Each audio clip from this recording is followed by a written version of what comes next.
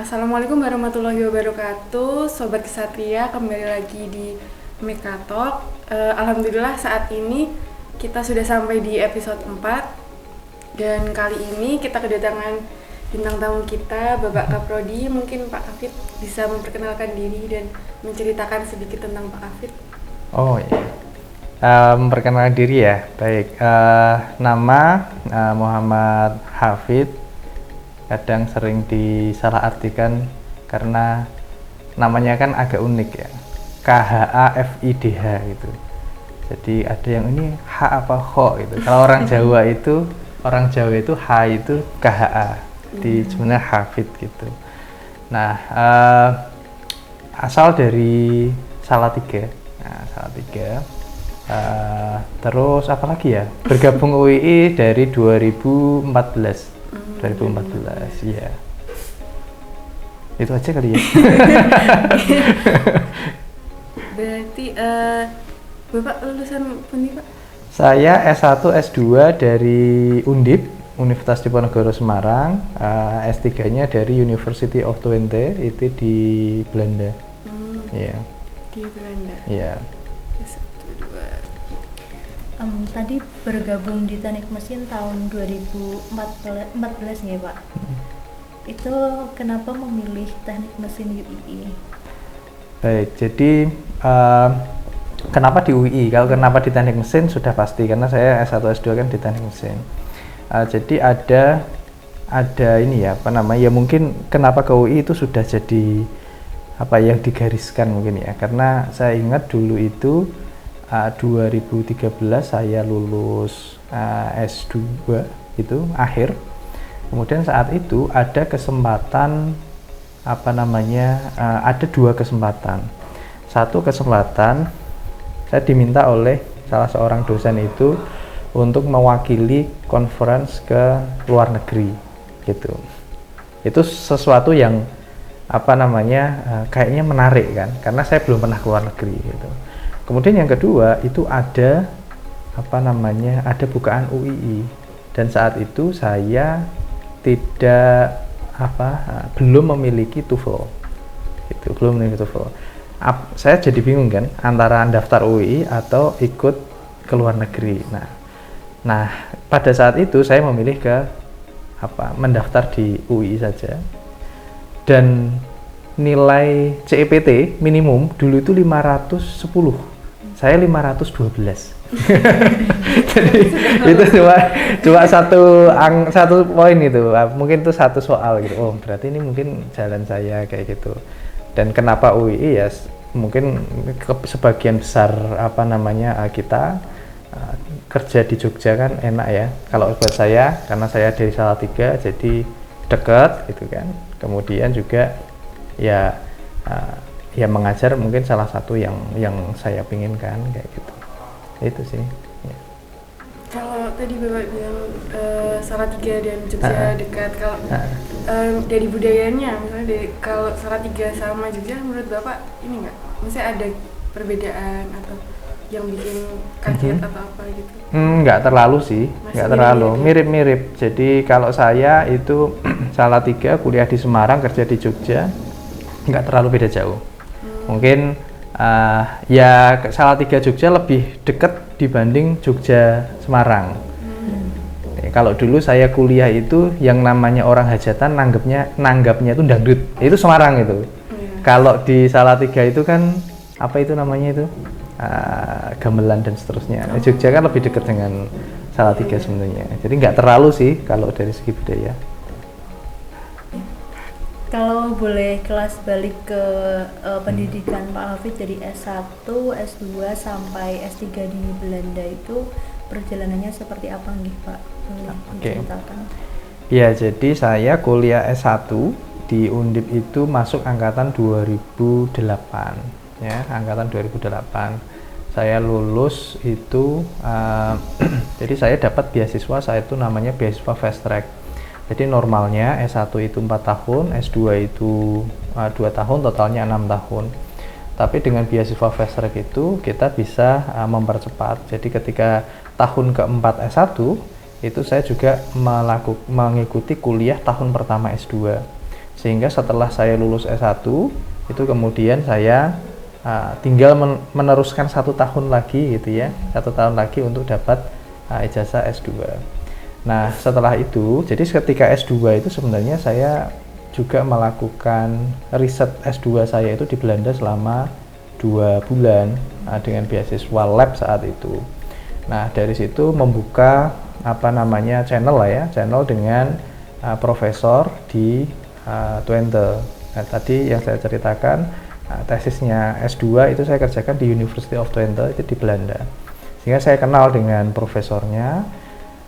Nah, kemudian saya masuk UII itu di awal tahun 2014 gitu. Jadi saya lulus itu Oktober 2013, awal 2014 itu saya gabung ke UII.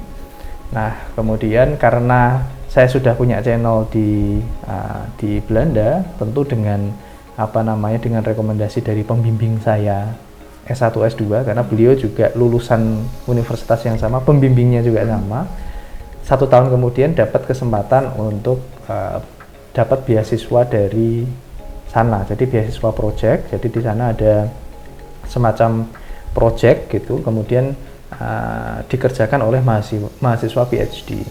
Nah, biasanya profesor itu akan mencari studentnya itu berdasarkan rekomendasi. Nah, alhamdulillah saya direkomendasikan oleh pembimbing saya S1 S2.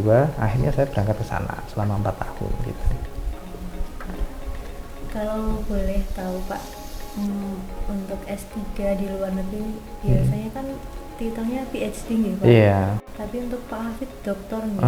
Iya. Itu kalau boleh tahu gimana Pak ceritanya? Iya, jadi itu ini ya, tergantung dari negaranya masing-masing. Jadi kalau di Belanda itu doktor, tapi pakai C, doktor bahasa Inggris.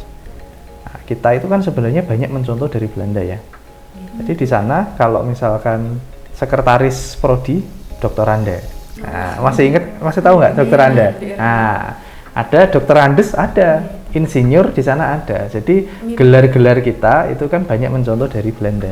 Nah, ya gitu. Jadi di sana itu gelarnya sebenarnya ada 2 opsi ya, bisa pakai doktor, bisa pakai PhD.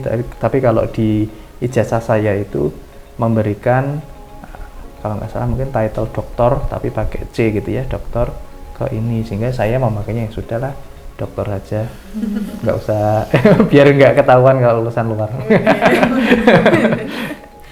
Tadi kan ini Pak Hafid juga sempat cerita kalau dapat beasiswa gitu ya Pak. Mungkin ada tips buat sobat kesatria, cara-cara biar bisa dapat beasiswa itu gimana? Oke. Jadi kalau saya beasiswa itu memang ada beberapa. Ketika saya kuliah itu saya saat itu dapat beasiswa namanya PPA ya, peningkatan prestasi akademik kalau nggak salah, itu dengan IPK tertentu lah kayak gitu. Saya masih ingat dulu SPP saya itu 1.100.000 per semester. Nah, Mbak Ulfa berapa saya kemarin? Itu 1.100.000 gitu ya, 1.100.000 1 semester. Beasiswanya itu 2,2 sekian gitu, sehingga sisa kayak gitu, sisa. Kemudian dapat beasiswa fast track ke Belanda, kemudian beasiswa yang ke luar negeri untuk yang S3. Tentu sebenarnya setiap beasiswa itu punya karakteristiknya masing-masing ya, karakteristiknya masing-masing. Kalau yang saya alami, ada yang basisnya prestasi, ada yang basisnya itu rekomendasi gitu.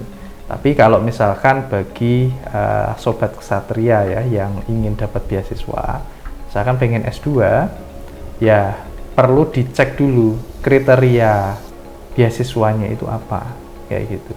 Itu yang dipenuhi kayak gitu. Jadi memang tidak bisa dipukul rata kayak gimana gitu, tapi tergantung pada beasiswanya itu beasiswa apa sih kayak gitu. Saat ini kan Pak Hafid menjabat sebagai Kaprodi Teknik Mesin ya. Kesan-kesannya selama 1 tahun lebih nggih Pak sebagai Kaprodi itu seperti apa? Ya, kesannya menarik.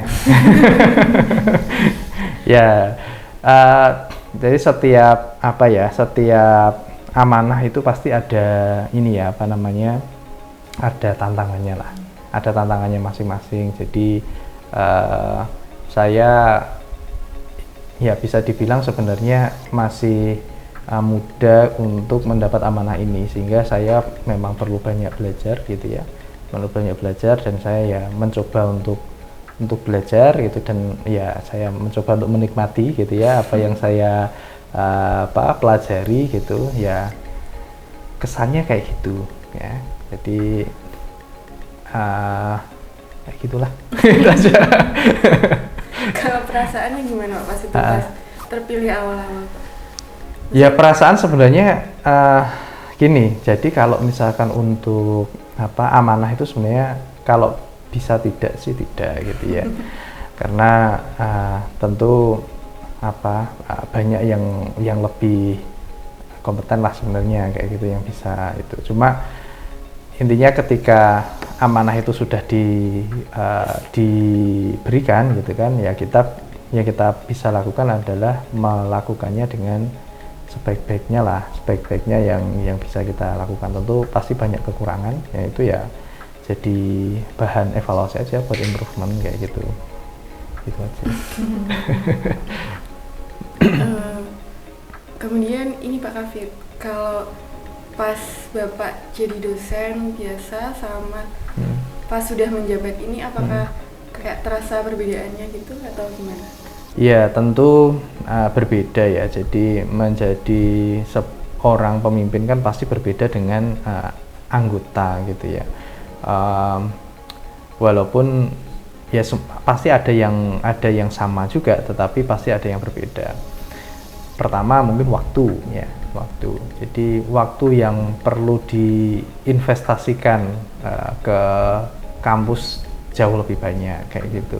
Kalau dosen itu kita bisa fokus ke penelitian, pengajaran, kemudian pengabdian. Kalau ada amanah sebagai kajur atau kaprodi, tentu kita harus mengalokasikan waktu untuk melakukan kegiatan-kegiatan ini ya, tugasnya kajur kaprodi lah kayak gitu, terkait banyak hal kayak gitu, yaitu waktu udah jelas. Kemudian juga mengelola ekspektasi orang, mengelola kepentingan orang biar semuanya bisa, stakeholder itu dalam arti yang sangat luas kayak gitu, biar semua bisa berjalan dengan baik. Itu juga menjadi hal yang berbeda, karena mungkin itu tidak saya lakukan ketika saya sebagai dosen biasa. Nah itu sebagai ini aja sih, tempat untuk belajar. Selama Pak Hafid menjadi dosen di teknik mesin dan sekarang jadi kaprodi, tantangan untuk prodi teknik mesin sendiri, teknik mesin UII untuk kedepannya itu seperti apa Pak? Yang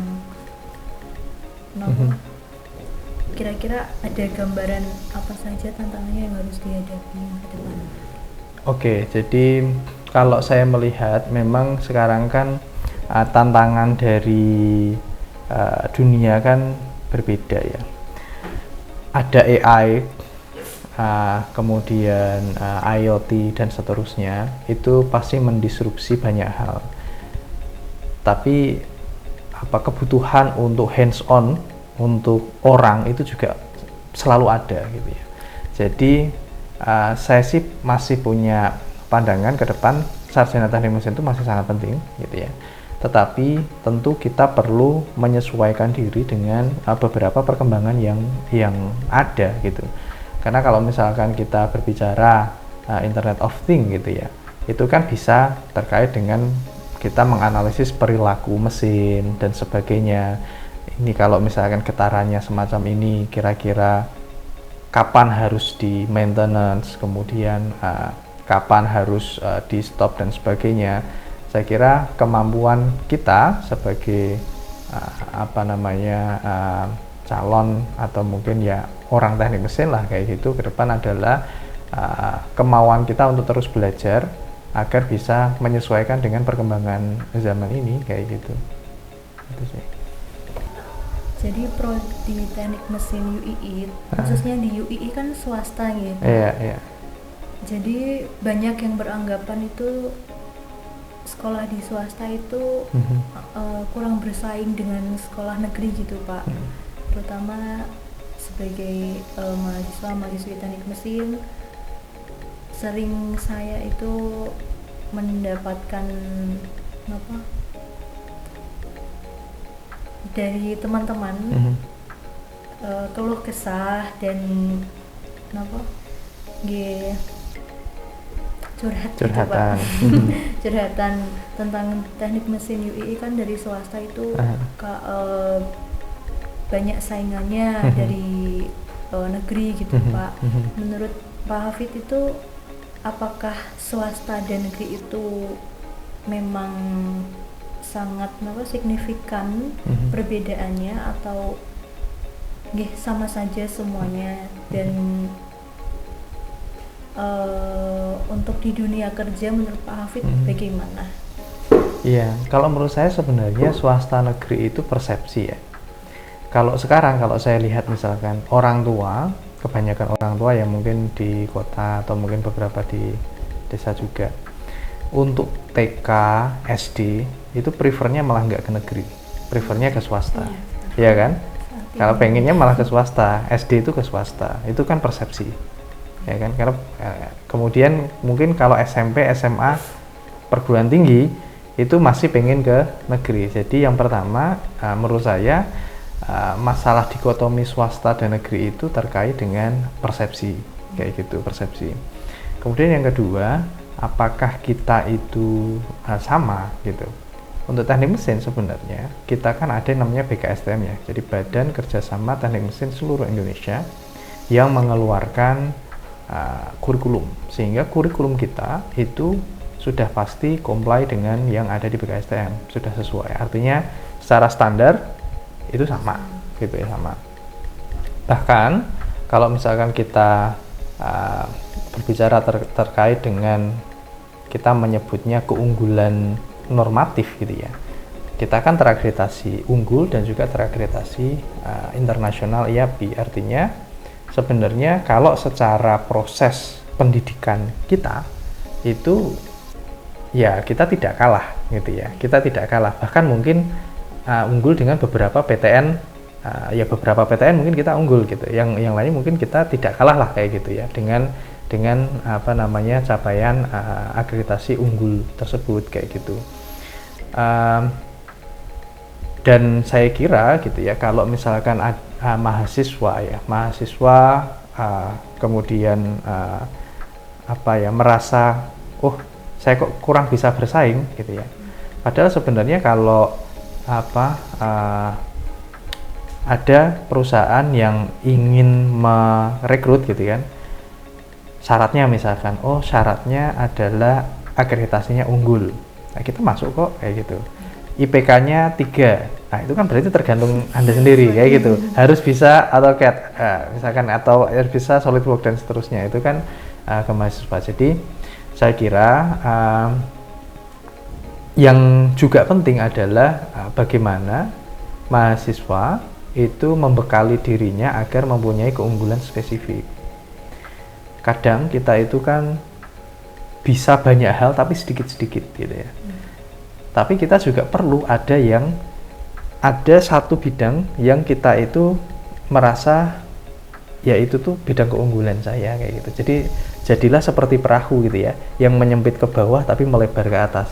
Jadi punya keunggulan spesifik, tetapi di dalam banyak hal itu juga dia tahu tapi sedikit-sedikit kayak gitu. Tapi tetap harus ada yang menyempit tadi. Saya kira ketika itu ada, itu perusahaan manapun itu pasti akan tertarik karena punya keunggulan spesifik. Dan itu juga didapatkan oleh banyak alumni kita juga kayak gitu ya, bahwa alumni kita yang bekerja di berbagai sektor kehidupan gitu ya, baik ada yang ke multinasional industri, ada yang nasional, kemudian ada yang jadi wirausaha dan seterusnya. Tentu memang ada yang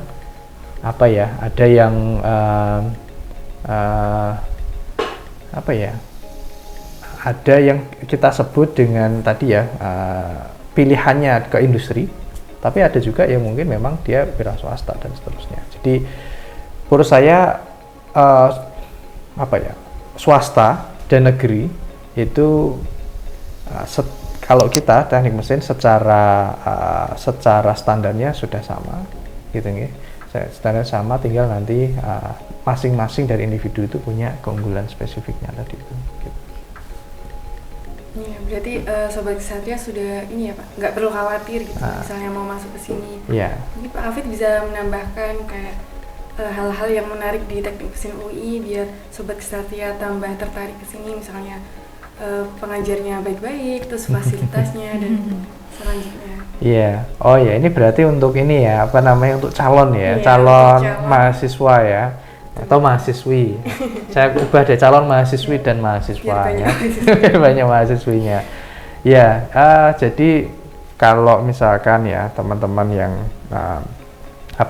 ingin masuk ke sini, yang pertama kita kan secara akreditasi sudah unggul dan terakreditasi internasional, itu yang pertama. Yang kedua, di UII ya, di UII itu kita punya spesialisasi di bidang manufaktur gitu. Kalau tadi saya menyampaikan bahwa kita punya keunggulan yang spesifik, salah satunya sebenarnya di bidang manufaktur itu gitu. Sehingga nanti teman-teman itu akan belajar terkait dengan desain gitu kan, membuat produk dan seterusnya. Yang calon mahasiswi itu jangan membayangkan bahwa teknik mesin itu hanya terkait otomotif, karena kita bukan teknik otomotif, kita teknik mesin. Walaupun sebenarnya mechanical engineering itu teknik mekanika, bukan teknik mesin juga kan. Jadi teknik mekanika itu mempelajari segala sesuatu yang bergerak. Makanya banyak dosen-dosen kita yang penelitiannya tentang biomedis, kemudian ada disability, tentang alat bantu disabilitas, perhiasan dan seterusnya, yang itu tidak otomotif banget gitu. Karena memang teknik mesin itu sebenarnya lebih ke teknik mekanika. Jadi kalau fasilitas, insya Allah fasilitas di UII cukup lah ya, cukup bagus lah kalau menurut saya, sehingga bisa menunjang pendidikan S1-nya nanti gitu.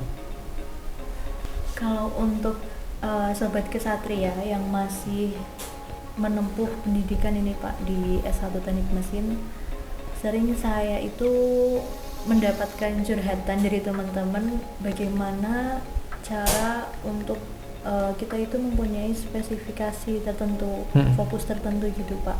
Oke.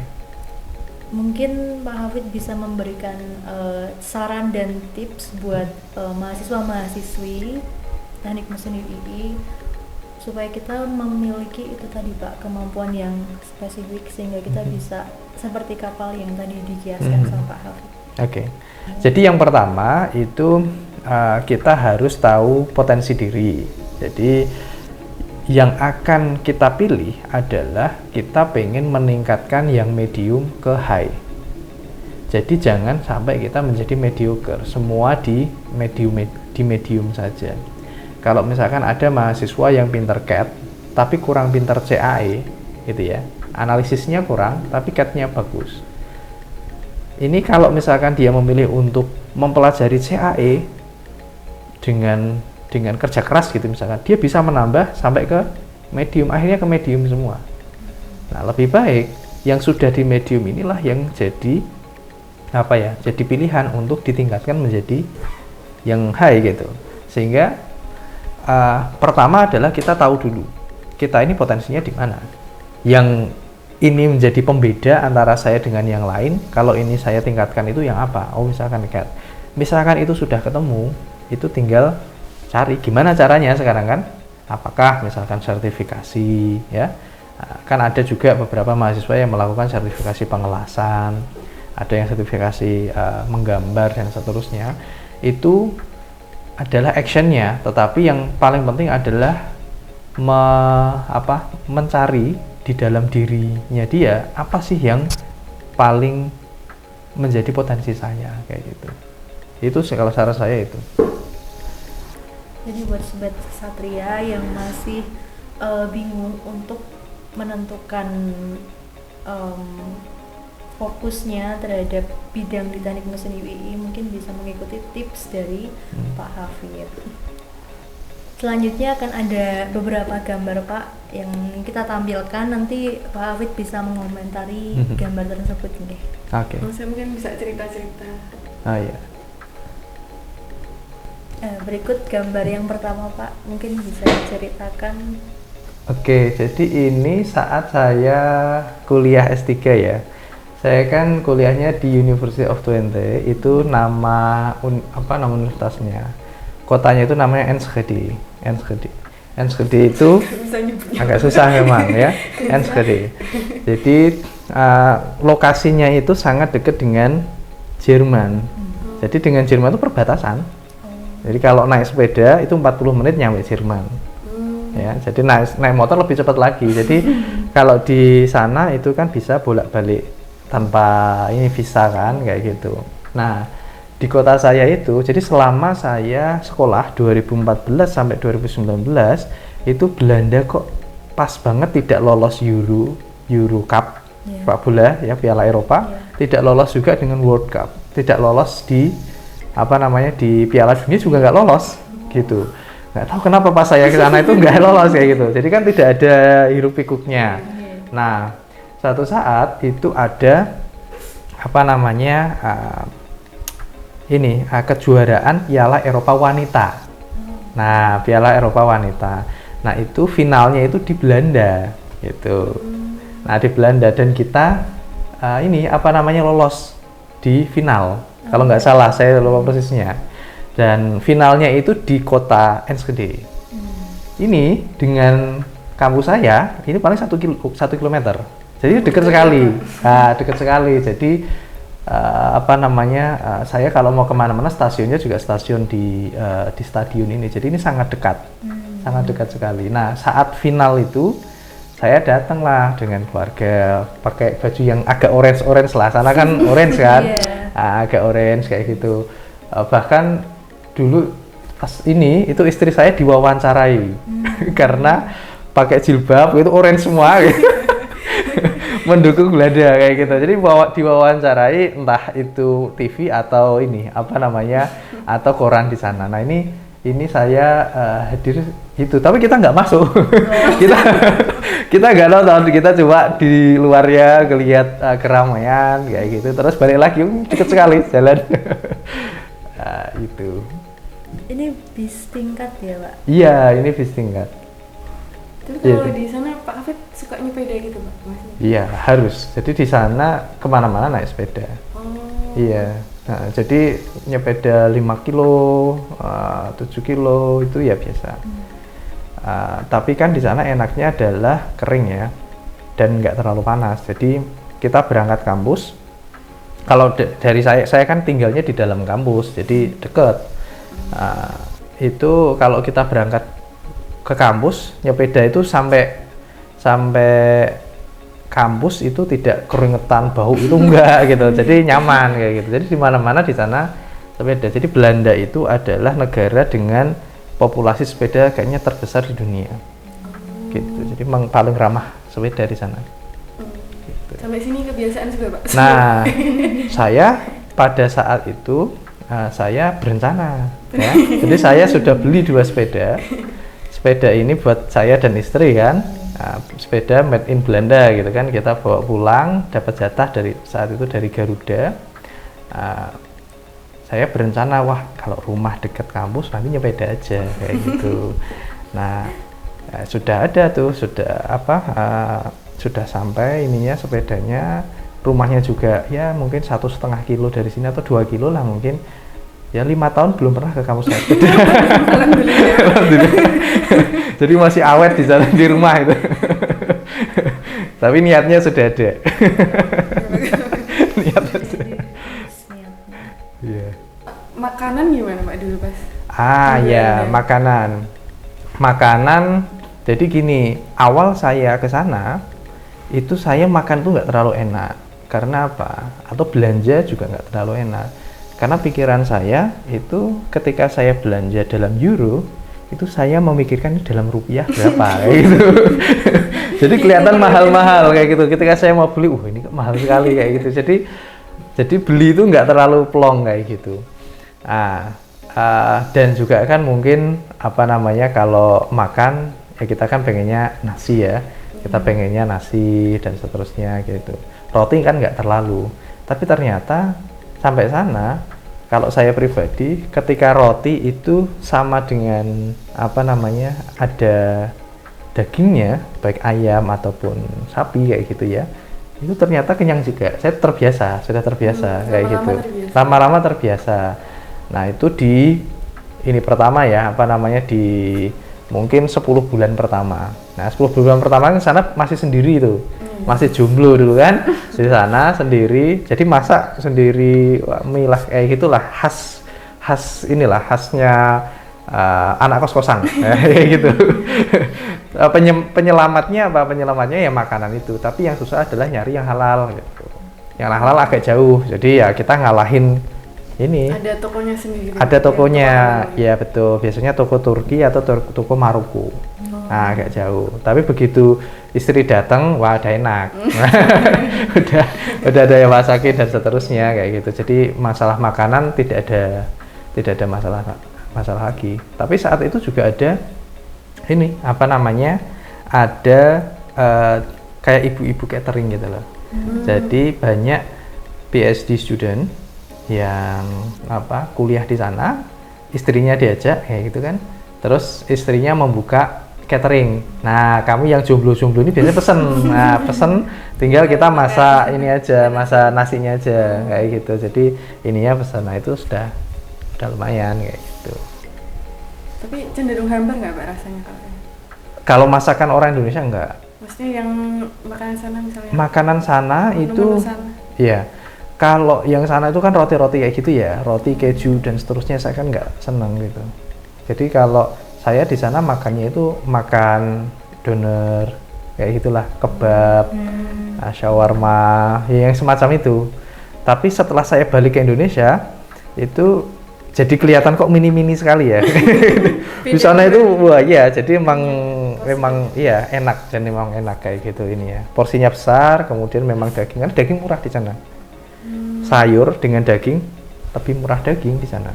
Jadi daging itu murah, daging susu itu murah kayak gitu. Jadi tadi saya cerita pas awal saya ke sana itu apa namanya kalau belanja itu saya kurskan ke ini ke rupiah kayak gitu. Ketika saya balik ke Indonesia, wah saya enak karena saya kurskan ke euro. Karena sudah terbiasa di sana kan. Terus beli di sini nasi goreng gitu misalkan 10.000, nggak ada se-euro. Tinggal makan, di sana harus masak sendiri, belanja kayak gitu dan seterusnya kayak gitu. Itu kan di sana kan repot ya. Nggak di sini tinggal makan 10.000 atau 12.000 sudah ini. Catatannya satu, yang penting gajinya jangan juga dikurskan ke euro. Kalau struggle lainnya selain makanan apa Pak yang di Belanda? Ya kalau cuaca tentu awal-awal ya. Nah, saya kan kulitnya kering ya. Di sana itu kalau musim dingin kan bikin gatel karena kan kering gitu kan. Gatel. Kemudian struggle lainnya kalau di Belanda itu termasuk yang banyak ini orang Indonesianya banyak. Jadi tidak menjadi masalah kayak gitu. Ada pengajiannya, kemudian komunitasnya juga ini. Kalau struggle-nya apa ya? Mungkin gini, saya kan dapat beasiswa project. Jadi ini beasiswa dari perusahaan. Di perusahaan punya project, beberapa perusahaan gabung punya project ini diserahkan ke universitas itu dalam hal ini profesor ya. Profesor kemudian meng-hire PhD student. Nah, saya setiap 3 bulan sekali itu saya harus presentasi progres ke perusahaan-perusahaan itu. Jadi saya bulan ini ke perusahaan itu, 3 bulan selanjutnya perusahaan ini dan seterusnya kayak gitu. Itu buat saya awalnya itu pressure yang sangat besar gitu ya. Jadi dan perusahaan itu kan R&D-nya kalau di luar negeri kan R&D-nya memang peneliti-peneliti ya. Ya dokter-dokter semua kayak gitu. Jadi ini ada rasa nervous lah kayak gitu ya. Belum bahasa Inggris saya juga tidak yang bagus-bagus banget kayak gitu kan.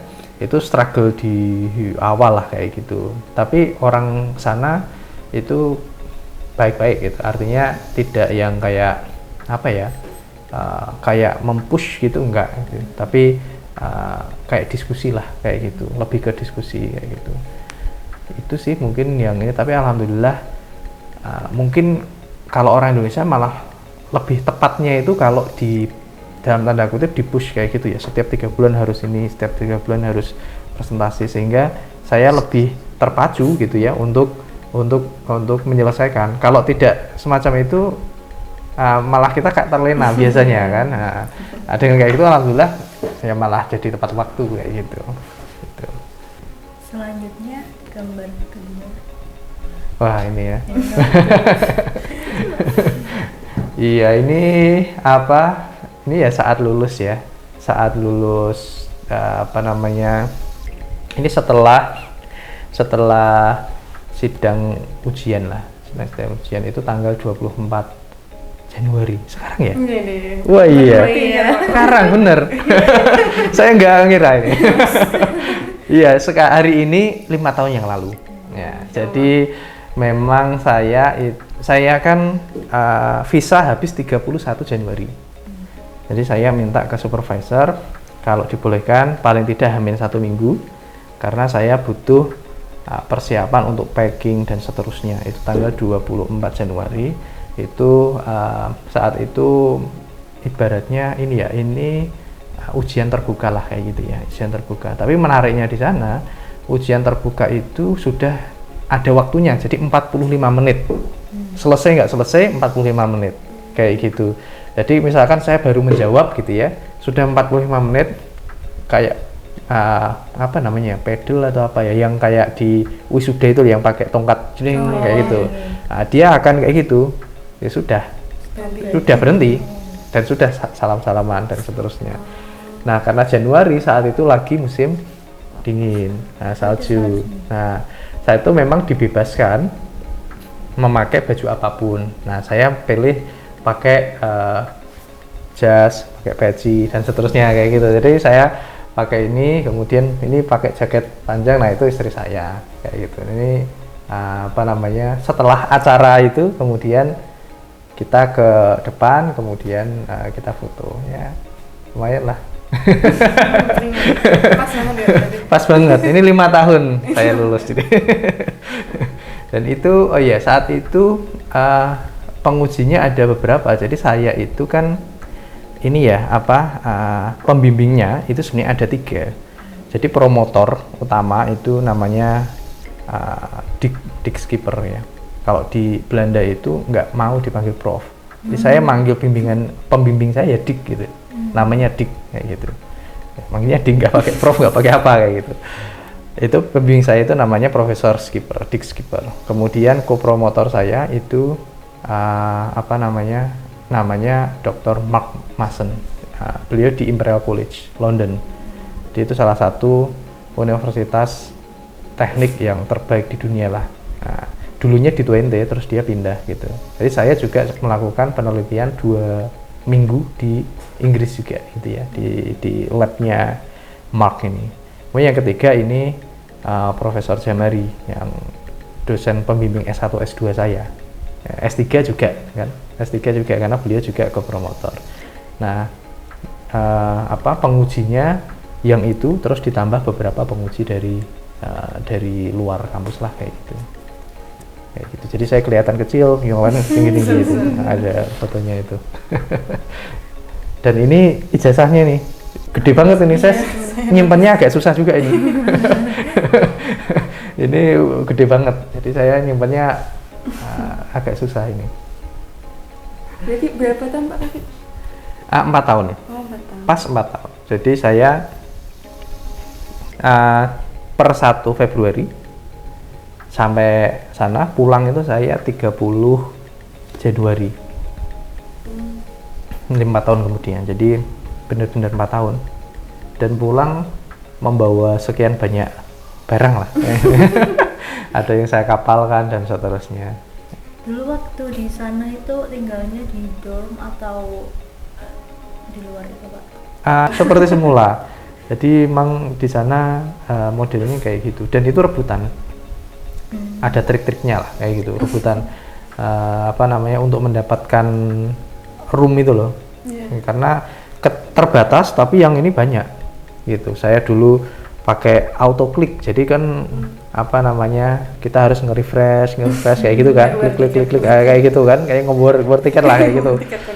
Terus saya beride kemudian membuat itu auto klik itu pakai software kayak gitu. Sudah ada softwarenya tapi saya aplikasikan di Word itu gitu loh. Nah, gitu kan, karena kalau misalkan itu di refresh kayak gitu, kemudian nanti akan muncul kita ngebooking harus cepet-cepetan kayak gitu. Kalau sudah di booking itu sudah tidak sudah tidak muncul lagi. Tapi kan orang nggak tahu ini sudah terbooking nggak, ya dia masih ngeklik aja kayak gitu. Tapi dan itu malam jam 2 sampai jam 4 pagi. Ketika ada bukaan itu nanti ada pengumuman dan seterusnya kayak gitu. Setelah itu beberapa bulan kemudian sistemnya diganti kayak gitu. Jadi dengan cara saya kan terus saya kan woro-woro ke anak-anak Indonesia. Caranya gini, saya langsung dapet deh. Tapi setelah itu mungkin ketahuan atau gimana ya, mungkin ini kok ini nggak tahu, terus diganti ini sistemnya gitu. Jadi kayak gitu. Intinya di sana nyari kos-kosan tidak mudah, susah. Kalau nyuci bajunya pas ini gimana tuh Pak? Maksudnya pas musim dingin gitu? Musim dingin? Dryer itu ya Pak atau gimana? Oh enggak, jadi di sana tuh kering. Di sana itu kan kering, udaranya kering. Iya. Bisa dipahamin nggak? Jadi kalau kita jalan itu kan berkeringat, ini kan lembab kita itu. Kalau di negara-negara atas itu, utara itu kan kering. Jadi walaupun panas, itu kita tidak berkeringat. Nah sama juga baju itu tidak harus kena matahari. Jadi kita cuci biasa, kayak gitu, kita cuci biasa. Nah setelah nyuci itu sebenarnya kita gantungkan kering gitu, tidak harus kena panas. Beda sama di sini ya Pak? Beda dengan di sini, iya, karena di sini kan lembab kan, kayak gitu. Iya. Tadi kan Pak Hafid dapat beasiswanya itu penelitian ya Pak, project ya. Iya. Itu berarti selama di sana sudah tercover atau Pak Hafid itu perlu misalnya part time, kerja part time gitu Pak? Oke, jadi saya kan mendapat beasiswa project. Saya di sana itu sebagai employee, jadi saya itu terdaftarnya sebagai pekerja universitas. Jadi saya di sana membayar pajak juga. Saya membayar pajak, saya nanti dapat pensiun juga karena saya kerja 4 tahun di sana. Itu dianggapnya 4 tahun sebagai high skill labor lah kayak gitu ya. Jadi pekerja dengan skill tinggi lah kayak gitu karena PhD kan. Nah, jadi saya itu hak dan kewajibannya itu seperti pekerja di sana. Jadi kalau misalkan apakah itu tercover, alhamdulillah tercover. Semuanya tercover lah gitu ya. Dan ya masih ada sisa lah kayak gitu ya, masih ada sisa yang lumayan kayak gitu. Dan kadang yang membuat agak gimana gitu kalau kita tahu pajak penghasilannya. Nah, di sana itu pajak penghasilannya 42%. Masya Allah. By defaultnya 42%. Setengahnya. Iya, tapi makanya kalau misalkan kita menerima gaji, jangan dilihat kotornya, udah ya mukanya yang netonya itu aja yang dilihat kayak gitu. Karena kalau misalkan lihat kotornya ini ya jadi kelihatan banyak banget gitu. Tetapi kita bisa mengajukan semacam keringanan pajak dan seterusnya karena pemerintah Belanda ada kebijakan itu untuk yang tadi yang high skill labor itu. Dan ada beberapa pengembalian pajak ya. Misalkan kita punya anak, nah ini ada tuslah namanya. Tuslah itu negara ngasih insentif lah gitu ya.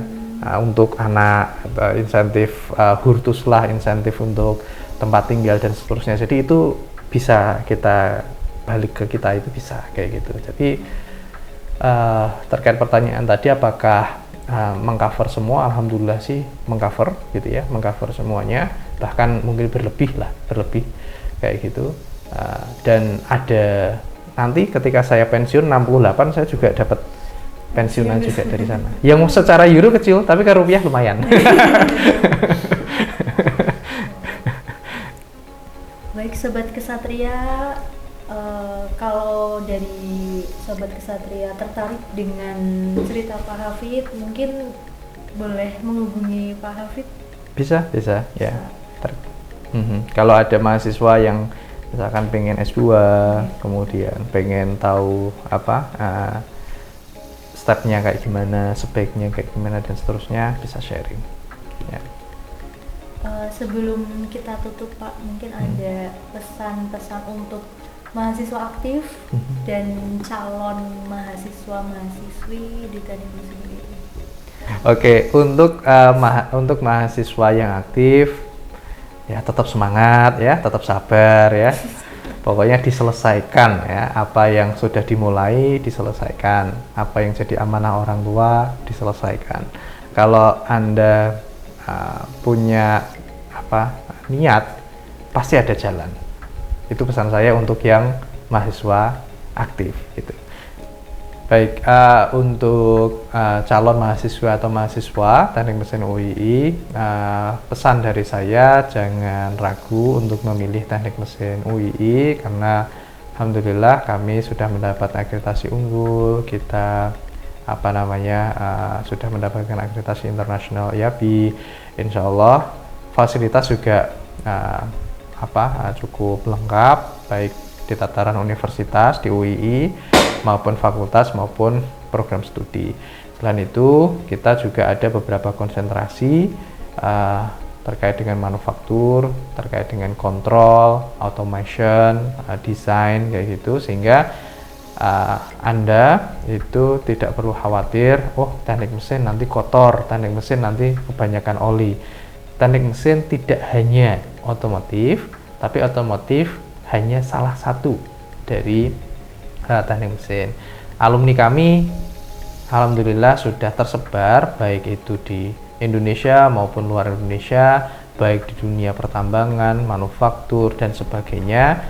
Kita sudah punya alumni lebih dari 1.000 orang, sehingga jangan ragu untuk bergabung bersama kami. Nanti bisa ketemu saya, bisa ketemu Mbak Danti, ketemu Mbak Ulfa dan juga Bapak Ibu dosen yang lain.